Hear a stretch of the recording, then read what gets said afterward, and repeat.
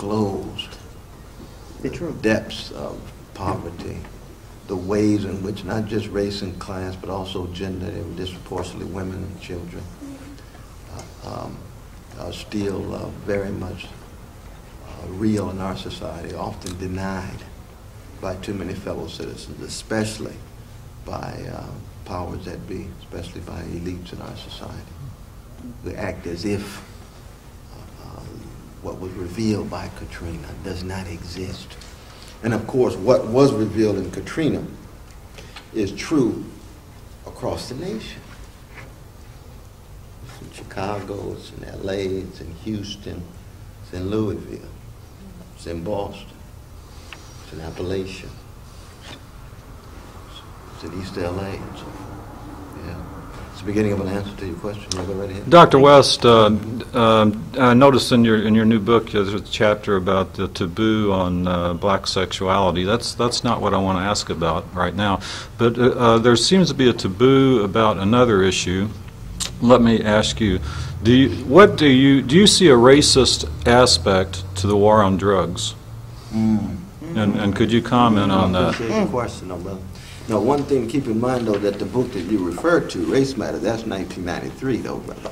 Okay. Yes, I've written 17. That was my 9th book, so we've had 8 since then. But Democracy Matters is a more recent text. But the text you're referring to, Race Matters, I appreciate the question. There's no doubt that the criminal justice system is a deeply racist system. We just have to be very honest about it. We've got roughly the same percentage of black folk who use drugs as in the black community is roughly the same as in the white community. It's 62% of the people who are convicted are black and poor or working poor. So again, you have an issue of class and race as to who is convicted, meaning what? Meaning that there's a targeting taking place. You see? If, for example, police were to target the drug taking on the east side of Louisville as much as they do the west side of Louisville, the jails would be more colorful. They really would. Because white brothers and sisters also often like to fly high in the friendly skies, just like some black brothers and sisters do. The drug addiction is racially promiscuous. It cuts across racial lines. It'll lie with anybody. Right. Then why is it so that when it comes to those who line up for convictions, you end up primarily white poor, you end up primarily, black poor and black working class. So there's a racial tilt in terms of who is targeted when it comes to war against drugs. In fact, the war against crime is like that too.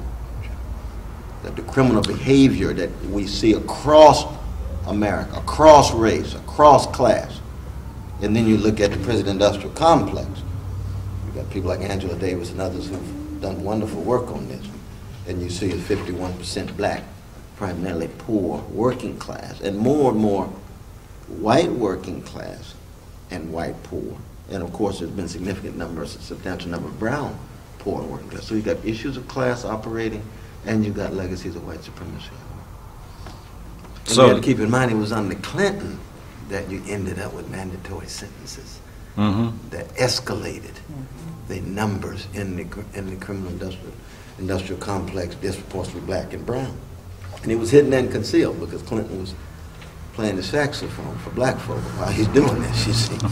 So he got the melodies going, and yet his policies are actually targeting poor and working class, black and brown folk, you see, and we can't forget that, which therefore means we have to acknowledge that both parties are complicit to this reality you're talking about, Republican Party and the Democratic Party. But even social reformers, it's almost a taboo subject. The decriminalization of marijuana, for example, 84% of the population's in favor of it. The American Association of Family Practice is in favor of it. The National Association of Nurses are in favor of it.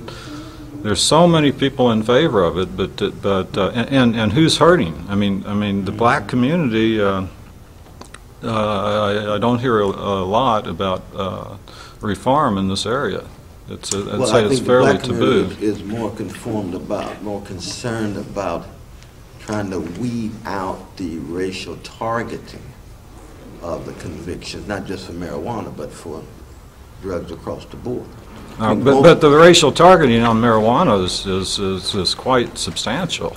I mean, well, we'd have to look at the data in terms of marijuana usage resulting in prison time versus crack, cocaine, heroin, and so forth and so on. So I know we can't go into that right now, but I hear what you're getting at.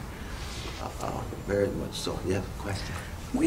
Excuse me, we have a problem here in Louisville with not having black jurors, and I don't understand it. They said if you vote, if you own your own home, buy cars.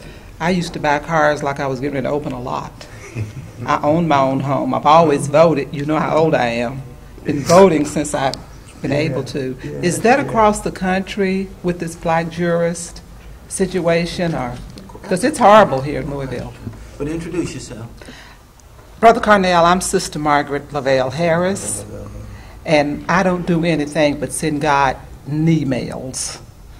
Knee mail? Knee mails. I like that.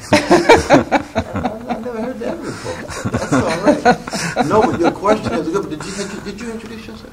I'm Patrick Moore. I produce the Louisville Late Night TV show. Yeah, no, I appreciate that. But I tell you, your question is a very interesting one, and I don't have an answer to it. I don't really know what is the circulation of black versus white or black versus brown and so forth when it comes to jury duty. How many are actually sent out? How many respond? Whether there's some kind of tilting as to who is actually summoned and who is invited? It's a fascinating question. I don't know the answer to that question. But you say it is a real challenge here. It's a very real challenge here, a big challenge. Well, it seems kind of consistent. Cut out the black voters, and then cut out the black jurors, and then just. Wow. Because now Louisville is what, about 15%, 17% black? Yes, approximately. And that was before the merger. It was about 30-something. Yeah, before the merger was. Yeah. More. Yeah. I had a couple of questions about Anne from your perspective, because she's brought you here in a way, right? Well, she's very much responsible for my coming because of my... I wanted to know, first of all, what you thought about the role of white Southern women, in particular in the fight against white supremacy, what the importance of her involvement was. Well, I think it's exemplary. I mean, when I think of white brothers and sisters in general, in the Jim Crow South, or Jane Crow South, this vicious system of American terrorism that shaped and molded the destiny of so many folk in this part of the country. I think of Miles Horton on the one hand and Ann Braden on the other. Miles Horton, the great giant, of course, founder of Highlander Center, where our own dear beloved, the late, great Rosa Parks spent time. Then I think of Ann Braden, Louisville, Alabama, trained at, educated at Randolph-Macon. Back here, she meets Brother Carl. I think there's a sense in which both are towering figures, Carl and Ann Braden. And then you've got Miles Horton, and actually his wife's name was it Zeta? She actually wrote We Shall Overcome. She's the one who wrote that song. It's the white sister. Miles Horton's wife. But I forget her name. It starts with a Z. Zilphia, that's what it is. Absolutely. I can see her picture in Miles Horton's great autobiography called The Long Haul. It's a great autobiography that he wrote. I think that Ann Braden's witness really is exemplary because it takes so much courage to have to make the breaks from family. It makes Thanksgiving dinners very uncomfortable when you're cutting against the white supremacist grain within the white community. And she's been able to do that with a grace and a dignity, unbelievable vitality and vibrancy. That's been an inspiration to many of us, especially of that generation. I know she's not here. Maybe we can mention how old she is. She's going on 8 decades. She's about the same age as Harry Belafonte. He was singing Deo in the early 50s. She was born in 1924. She was born in 1924. She'll be 82 this year. Ooh.